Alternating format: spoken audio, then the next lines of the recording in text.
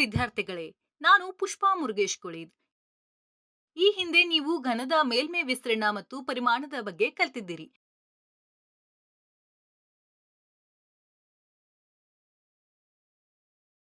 ಇಂದು ಈ ಭಾಗದಲ್ಲಿ ನಾವು ಕ್ಯೂಬಾಯ್ಡ್ನ ಮೇಲ್ಮೈ ಪ್ರದೇಶ ಮತ್ತು ಪರಿಮಾಣವನ್ನ ನೋಡಲಿದ್ದೇವೆ.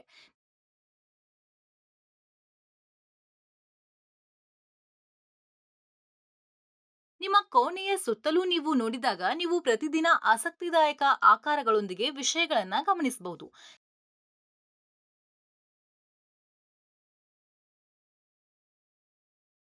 ನಿಮ್ಮ ಪೀಠೋಪಕರಣಗಳು, ಪುಸ್ತಕಗಳು ಅಥವಾ ಟಿವಿಯನ್ನ ಸಹ ನೋಡಿ. ಅವರು ಸಾಮಾನ್ಯವಾಗಿ ಏನು ಹೊಂದಿದ್ದಾವೆ? ಅವುಗಳಲ್ಲಿ ಹಲವು ಆಯತಾಕಾರದ ಪೆಟ್ಟಿಗೆಗಳಂತೆ ಮತ್ತು ಆ ಆಕಾರವು ವಿಶೇಷ ಹೆಸರನ್ನ ಸಹ ಹೊಂದಿದೆ. ಇದನ್ನ ಘನಾಕೃತಿ ಎಂದು ಕರೆಯಲಾಗುತ್ತೆ. ನಿಮ್ಮ ಆಟಿಕೆಗಳನ್ನ ಅಂದವಾಗಿ ಜೋಡಿಸುವುದರಿಂದ ಹಿಡಿದು ಸೂಟ್ಕೇಸ್ಗಳಲ್ಲಿ ವಸ್ತುಗಳನ್ನ ಪರಿಣಾಮಕಾರಿಯಾಗಿ ಪ್ಯಾಕ್ ಮಾಡುವವರೆಗೂ ಕ್ಯೂಬಾಯ್ಡ್ಗಳು ನಮಗೆ ವಸ್ತುಗಳನ್ನ ಸಂಘಟಿಸಲು ಮತ್ತು ಸಂಗ್ರಹಿಸಲು ಸಹಾಯ ಮಾಡುವ ಆಕಾರಗಳಾಗಿವೆ. ಅವು 3D ಪ್ರಪಂಚದ ಶೇಖರಣಾ ಹೀರೋಗಳಂತೆ.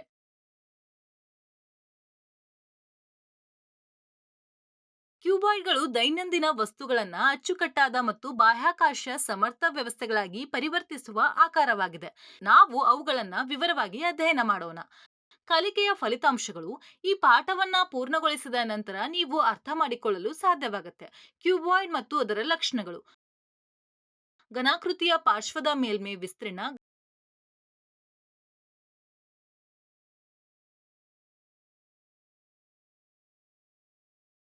ಘನಾಕೃತಿಯ ಒಟ್ಟು ಮೇಲ್ಮೈ ವಿಸ್ತೀರ್ಣ. ಘನಾಕೃತಿಯ ಪರಿಮಾಣ. ಈ ಪಾಠದ ಕೀವರ್ಡ್ಗಳು: ಉದ್ದ, ಅಗಲ, ಎತ್ತರ.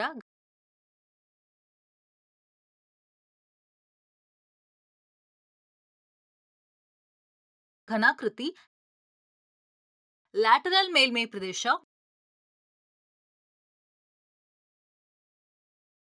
ಒಟ್ಟು ಮೇಲ್ಮೈ ವಿಸ್ತೀರ್ಣ, ಸಂಪುಟ. ಈಗ ನಾವು ಘನಾಕೃತಿ ಮತ್ತು ಅದರ ಗುಣಲಕ್ಷಣಗಳನ್ನ ಕಲಿತೇವೆ.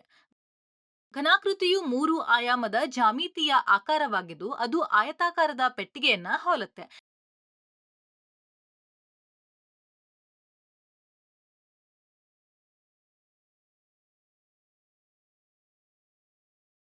ಇದು 6 ಆಯತಾಕಾರದ ಮುಖಗಳನ್ನ ಹೊಂದಿರುವ ಘನ ಆಕೃತಿಯಾಗಿದೆ. ಅಲ್ಲಿ ವಿರುದ್ಧ ಮುಖಗಳು ಸಮನಾಗಿರುತ್ತವೆ ಮತ್ತು ಪರಸ್ಪರ ಸಮಾನಾಂತರವಾಗಿರುತ್ತೆ.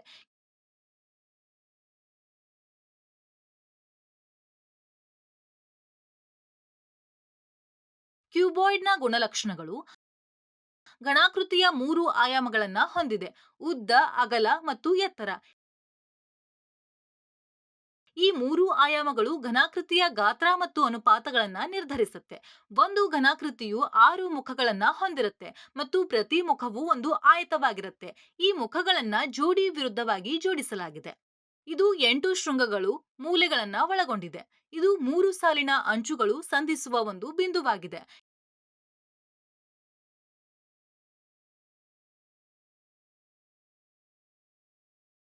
ಇದು 12 ಅಂಚುಗಳನ್ನ ಒಳಗೊಂಡಿದೆ.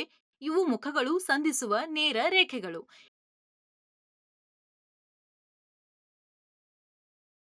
ಈಗ ನಾವು ಘನಾಕೃತಿಯ ಲ್ಯಾಟರಲ್ ಮೇಲ್ಮೈ ಪ್ರದೇಶವನ್ನ ಅರ್ಥ ಮಾಡ್ಕೊಳ್ತೇವೆ.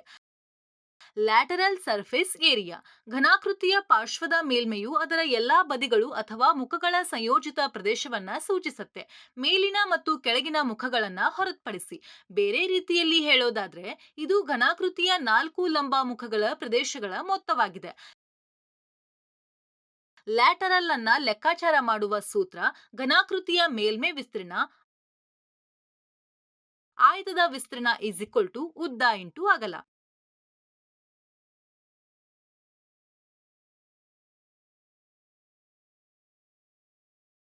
ಮುಖದ ಪ್ರದೇಶ 1 L ಇಂಟು H.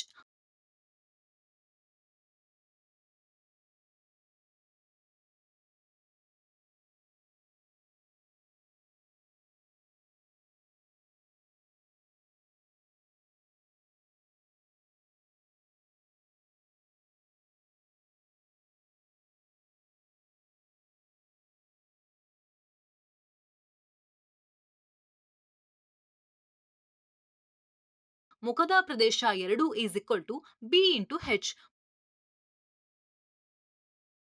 ಮುಖದ ಪ್ರದೇಶ 3 is equal to L into H. ಮುಖದ ಪ್ರದೇಶ 4 is equal to B into H.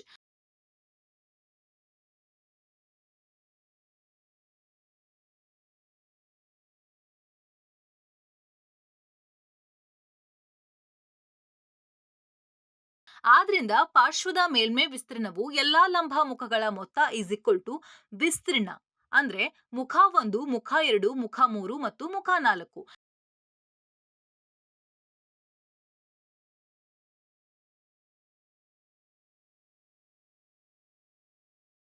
Is equal to L into H, B into H, L into H, B into H. H ಸಾಮಾನ್ಯವಾಗಿ ತೆಗೆದುಕೊಳ್ಳೋಣ. ಈಗ H ಒಂದು ಉಳಿತು. Is equal to H of 2L 2B of 2 ಸಾಮಾನ್ಯವಾಗಿ ತೆಗೆದುಕೊಳ್ಳೋಣ. Is equal to 2H.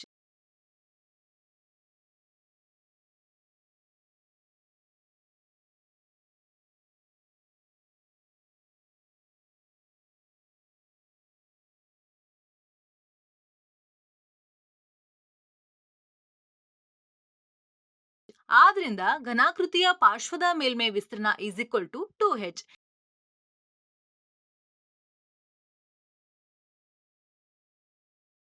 ಈಗ ನಾವು ಸಮಸ್ಯೆಯನ್ನ ಪರಿಹರಿಸ್ತೇವೆ.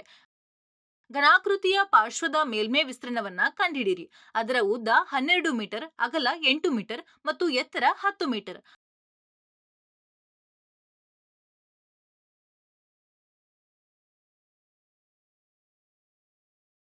ಪರಿಹಾರ ಏನಾಗಿದೆ ಅಂದ್ರೆ, ಈ ಪ್ರಶ್ನೆಯಲ್ಲಿ ಅವರು ಘನಾಕೃತಿಯ ಲ್ಯಾಟರಲ್ ಮೇಲ್ಮೈ ಪ್ರದೇಶವನ್ನ ಕಂಡುಹಿಡಿಯಲು ಕೇಳಿದ್ದಾರೆ.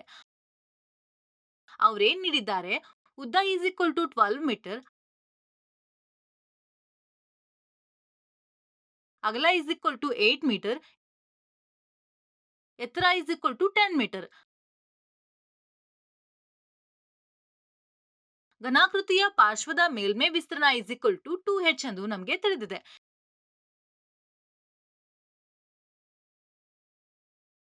ಈಗ ಸೂತ್ರದಲ್ಲಿ ಕೊಟ್ಟಿರುವ ಮೌಲ್ಯಗಳನ್ನ ಬದಲಿಸಿ ನಾವು ಪಡಿತೇವೆ.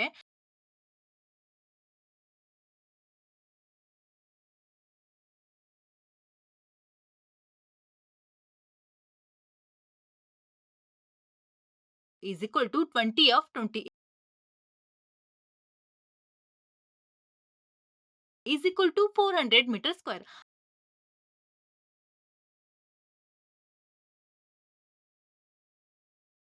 ಆದ್ರಿಂದ ಘನಾಕೃತಿಯ ಪಾರ್ಶ್ವ ಮೇಲ್ಮೈ ವಿಸ್ತೀರ್ಣ ಈಸ್ ಈಕ್ವಲ್ ಟು 400 ಮೀಟರ್ 2. ಈಗ ನಾವು ಘನಾಕೃತಿಯ ಒಟ್ಟು ಮೇಲ್ಮೈ ವಿಸ್ತೀರ್ಣವನ್ನ ಅರ್ಥ ಮಾಡ್ಕೊಳ್ತೇವೆ.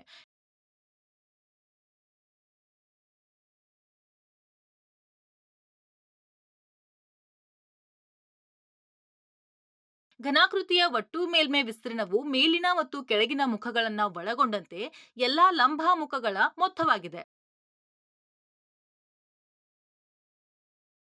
ಘನಾಕೃತಿಯ ಒಟ್ಟು ಮೇಲ್ಮೈ ವಿಸ್ತೀರ್ಣವನ್ನ ಲೆಕ್ಕಾಚಾರ ಮಾಡುವ ಸೂತ್ರ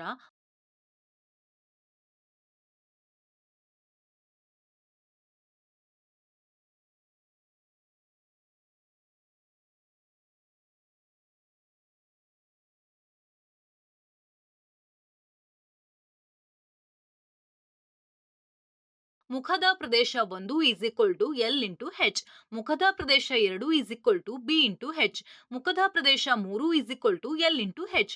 ಮುಖದ ಪ್ರದೇಶ 4 is equal to B into H. ಮುಖದ ಪ್ರದೇಶ 5 is equal to L into B. ಮುಖದ ಪ್ರದೇಶ 6 is equal to L into B. ಆದ್ರಿಂದ ಘನಾಕೃತಿಯ ಒಟ್ಟು ಮೇಲ್ಮೈ ವಿಸ್ತೀರ್ಣವು ಎಲ್ಲಾ ಮುಖಗಳ ಮೊತ್ತವಾಗಿದೆ ಈಸ್ ಈಕ್ವಲ್ ಟು ವಿಸ್ತೀರ್ಣ.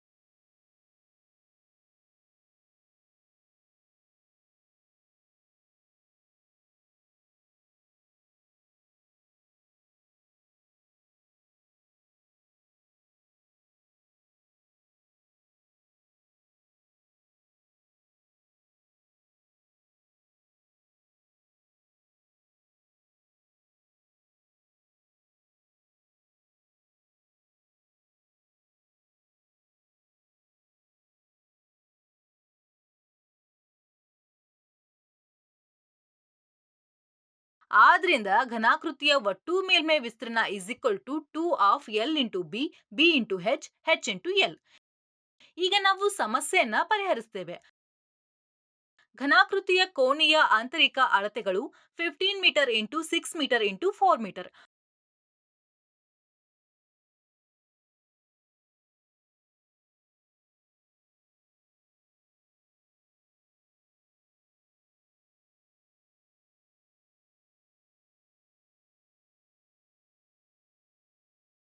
ಕೊಠಡಿಯನ್ನ ಸೀಲಿಂಗ್ ಮತ್ತು ಬೆಸ್ಟ್ನೊಂದಿಗೆ ಚಿತ್ರಿಸಬೇಕು. 1 ಲೀಟರ್ ಕವರ್ 12 ಮೀಟರ್ 2 ನೀಡಲಾಗಿದೆ.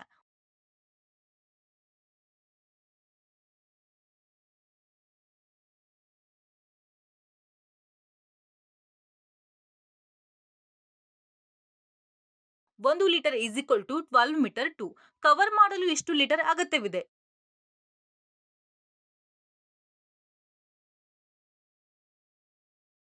Is equal to 348 metre square. ಆದ್ದರಿಂದ ಈ ರೀತಿಯ ಪ್ರಶ್ನೆಗೆ ನಾವು ಘನಾಕೃತಿಯ ಒಟ್ಟು ಮೇಲ್ಮೈ ವಿಸ್ತೀರ್ಣವನ್ನು ಕಂಡುಹಿಡಿಯಬೇಕು, ಏಕೆಂದರೆ ಅವರು ಬೇಸ್ ಮೇಲ್ಭಾಗ ಮತ್ತು ಎಲ್ಲ ಬದಿಗಳನ್ನು ಉಲ್ಲೇಖಿಸಿದ್ದಾರೆ. ಕೊಟ್ಟಿರುವಂತೆ ಉದ್ದ ಇಸ್ ಈಕ್ವಲ್ ಟು 15 ಮೀಟರ್, ಅಗಲ ಇಸ್ ಈಕ್ವಲ್ ಟು 6 ಮೀಟರ್, ಎತ್ತರ ಇಸ್ ಈಕ್ವಲ್ ಟು 4 ಮೀಟರ್. ಘನ ಭೂಭಾಗದ ಒಟ್ಟು ಮೇಲ್ಮೈ ವಿಸ್ತೀರ್ಣ is equal to 2 into L B plus B H plus H L ಎಂದು ನಮಗೆ ತಿಳಿದಿದೆ. ಈಗ ಸೂತ್ರದಲ್ಲಿ ನೀಡಲಾದ ಮೌಲ್ಯವನ್ನು ಬದಲಿಸಿ ನಮಗೆ ಸಿಗುತ್ತದೆ is equal to 2 into 15 into 6 plus 6 into 4 plus 4 into 15.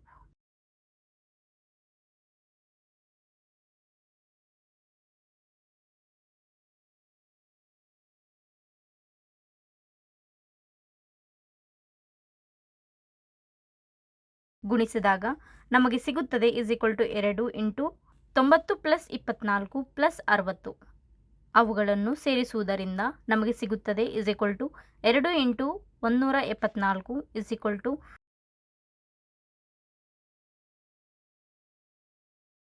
348 M square.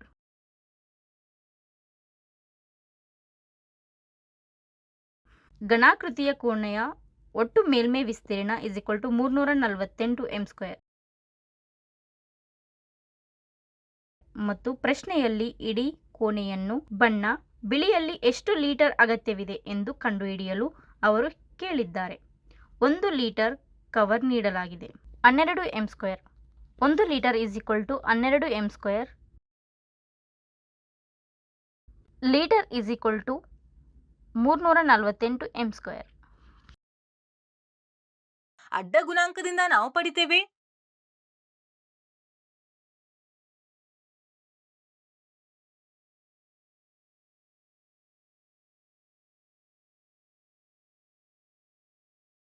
ಆದ್ರಿಂದ ಇಡೀ ಕೋಣೆಗೆ ಬಣ್ಣ ಬಳಿಯಲು 29 ಲೀಟರ್ ಬಣ್ಣ ಬೇಕಾಗುತ್ತೆ. ವಿದ್ಯಾರ್ಥಿಗಳೇ, ನಾವು ಘನಾಕೃತಿಯ ಪರಿಮಾಣವನ್ನ ಅರ್ಥ ಮಾಡ್ಕೊಳ್ಳೋಣ. ಘನಾಕೃತಿಯ ಪರಿಮಾಣವು ಆಕಾರದ ಒಳಗೆ ಇರುವ ಸ್ಥಳ ಅಥವಾ ಸಾಮರ್ಥ್ಯವನ್ನ ಸೂಚಿಸುತ್ತೆ. ಕ್ಯೂಬಾಯ್ಡ್ ಎಷ್ಟು ಹಿಡಿದಿಟ್ಟುಕೊಳ್ಳುತ್ತದೆ ಎಂಬುದನ್ನ ಇದು ಅಳೆಯುತ್ತೆ. ಇದು ಘನಾಕೃತಿಯ ಗೋಡೆಯೊಳಗೆ ಎಷ್ಟು ನೀರು, ಆಟಿಕೆಗಳು ಅಥವಾ ಇನ್ಯಾವುದೋ ವಸ್ತುವನ್ನ ಹೊಂದಿಕೊಳ್ಳುತ್ತದೆ ಎಂಬುದನ್ನ ಅಳೆಯುವಂತಿದೆ. ಅಥವಾ ಪರಿಮಾಣವು ವಸ್ತುವಿನಿಂದ ಆಕ್ರಮಿಸಲ್ಪಟ್ಟಿರುವ ಒಟ್ಟು ಜಾಗವನ್ನ ಹೊರತುಪಡಿಸಿ ಏನೂ ಅಲ್ಲ.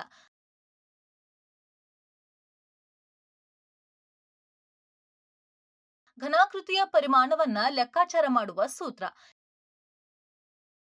ಇಸ್ ಈಕ್ವಲ್ ಟು ಆಯತದ ಪ್ರದೇಶ ಇಂಟು ಎತ್ತರ is equal to L into B into H.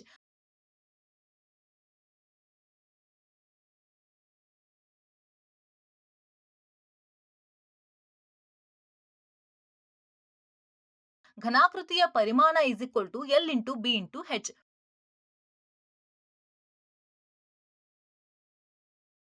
ವಿದ್ಯಾರ್ಥಿಗಳೇ, ಸಮಸ್ಯೆಯನ್ನ ಪರಿಹರಿಸೋಣ. ಘನಾಕೃತಿಯ ನೀರಿನ ತೊಟ್ಟಿಯು 6 ಮೀಟರ್ ಉದ್ದ, 5 ಮೀಟರ್ ಅಗಲ ಮತ್ತು 4.5 ಮೀಟರ್ ಆಳವನ್ನ ಹೊಂದಿದೆ.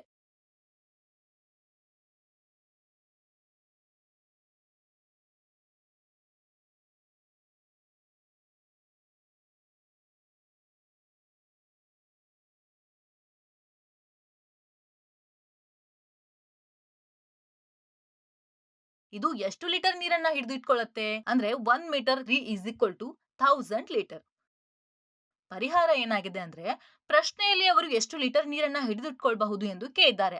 ಅದು ಘನಾಕೃತಿಯ ಪರಿಮಾಣ ಅಥವಾ ಸಾಮರ್ಥ್ಯ ಹೊರತುಪಡಿಸಿ ಏನೂ ಅಲ್ಲ.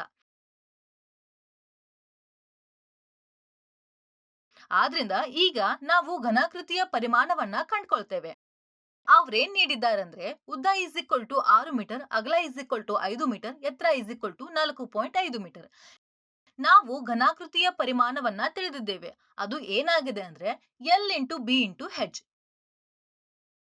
ಈಗ ಸೂತ್ರದಲ್ಲಿ ಕೊಟ್ಟಿರುವ ಮೌಲ್ಯಗಳನ್ನ ಬದಲಿಸಿ ನಾವು ಪಡಿತೇವೆ 6 metre into 5 metre into 4.5 metre.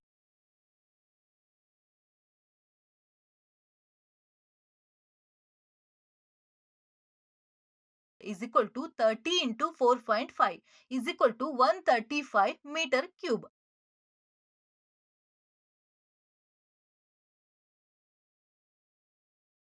ಆದ್ರಿಂದ ಘನಾಕೃತಿ ಪರಿಮಾಣ is equal to 135 meter cube.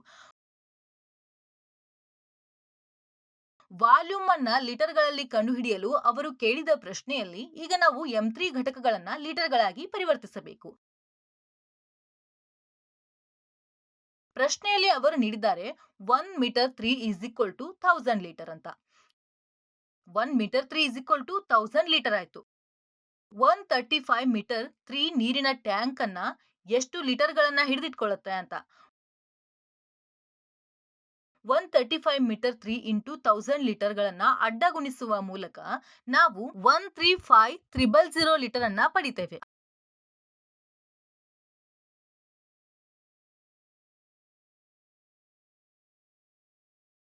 ಆದ್ರಿಂದ ಕೊಟ್ಟಿರುವ ಘನಾಕೃತಿಯ ಆಯಾಮಗಳಿಗೆ ಇದು 1,35,000 ಲೀಟರ್ಗಳಷ್ಟು ನೀರನ್ನ ಹಿಡಿದುಕೊಳ್ಳುತ್ತೆ. ವಿದ್ಯಾರ್ಥಿಗಳೇ, ನಾವು ಕಲಿತಿದ್ದನ್ನ ಈಗ ಸಂಕ್ಷಿಪ್ತವಾಗಿ ಹೇಳೋಣ. ನೆನಪಿಡುವ ಅಂಶಗಳೇನೆಂದ್ರೆ ಘನಾಕೃತಿಯ 3 ಆಯಾಮದ ಜಾಮಿತಿಯ ಆಕಾರವಾಗಿದ್ದು ಅದು ಆಯತಾಕಾರದ ಪೆಟ್ಟಿಗೆಯನ್ನ ಹೋಲುತ್ತೆ.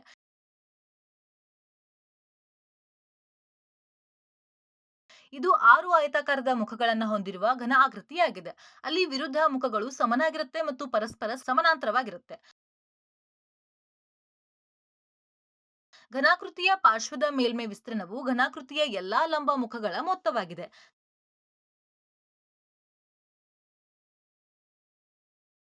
ಘನಾಕೃತಿಯು ಪಾರ್ಶ್ವದ ಮೇಲ್ಮೈ ವಿಸ್ತೀರ್ಣ ಈಸ್ ಈಕ್ವಲ್ ಟು 2h. ಘನಾಕೃತಿಯ ಒಟ್ಟು ಮೇಲ್ಮೈ ವಿಸ್ತೀರ್ಣವು ಘನಾಕೃತಿಯ ಮೇಲಿನ ಮತ್ತು ಕೆಳಗಿನ ಮುಖಗಳನ್ನ ಒಳಗೊಂಡಂತೆ ಎಲ್ಲಾ ಲಂಬ ಮುಖಗಳ ಮೊತ್ತವಾಗಿದೆ. ಘನಾಕೃತಿಯ ಒಟ್ಟು ಮೇಲ್ಮೈ ವಿಸ್ತೀರ್ಣ ಈಸ್ ಈಕ್ವಲ್ ಟು 2. ಘನಾಕೃತಿಯ ಪರಿಮಾಣವು ಆಕಾರದ ಒಳಗೆ ಇರುವ ಸ್ಥಳ ಅಥವಾ ಸಾಮರ್ಥ್ಯವನ್ನ ಸೂಚಿಸುತ್ತದೆ. ಘನಾಕೃತಿಯ ಪರಿಮಾಣ is equal to L into B into H. ಅಲ್ಲಿ L ಈಸ್ ಈಕ್ವಲ್ ಟು ಉದ್ದ, B ಈಸ್ ಈಕ್ವಲ್ ಟು ಅಗಲ ಮತ್ತು H ಈಸ್ ಈಕ್ವಲ್ ಟು ಎತ್ತರ ಎಂದು ಅರ್ಥ.